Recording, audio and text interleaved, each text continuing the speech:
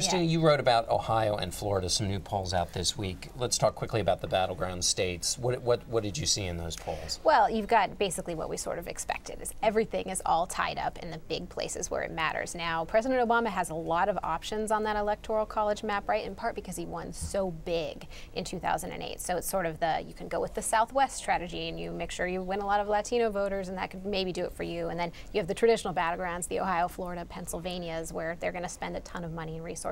But then you have this whole Virginia, North Carolina question, which is obviously, the big Virginia week. We've all been talking about one of our favorite topics as former Virginia political reporters. But it's really a matter of moving voters that are in the persuadable area. I mean, Virginia, it's those northern Virginia, outer suburbs of Washington who are independent swing voters. Susan Page from USA Today was on the NewsHour this week, and she said she had interviewed some voters at that Romney event in Chantilly.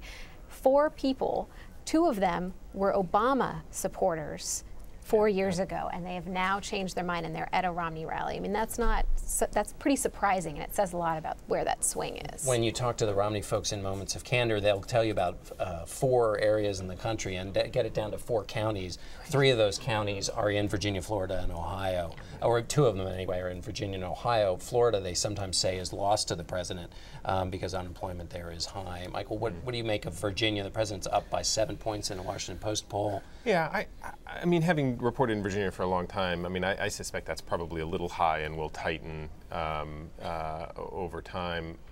But I think that what it reflects is the difference between Virginia and North Carolina, where I think, the president and his people really feel strongly that they can win Virginia. I think there's less of a confidence on North Carolina, which seems further out of their reach. One of the things I think will be interesting when he comes to Virginia on Saturday is that some of the fundraising type speeches, the red meat speeches that we in the press have sort of seen because we see pool reports and that kind of thing, that hasn't been very public. That's what you're going to see on Saturday. That's the kind of stuff that you're going to see. He's going to go straight at Mitt Romney. He's not going to be pussyfooting around. It's really going to be aggressive. The unveiling of the stump speech, really. Right. Yeah. Right. Yeah. You expect a big blast like that from him? Because he's been campaigning, and they've built up these first rallies for so long, and we've been sort of waiting to hear, and they finally unveiled them a week and a half ago or so in a conference call late at night. The interesting factor in my mind, at least on Virginia, and you guys know more about this than I do, is there are a few states that have changed faster in recent years than Virginia. In 2006, when George Allen lost his Senate seat to Jim Webb, 21% of the electorate was minorities. In 2008, when President Obama won the state, the minority share of the electorate was up to 30%. So this is a state that is very rapidly changing, very rapidly growing, all in the northern part of Virginia.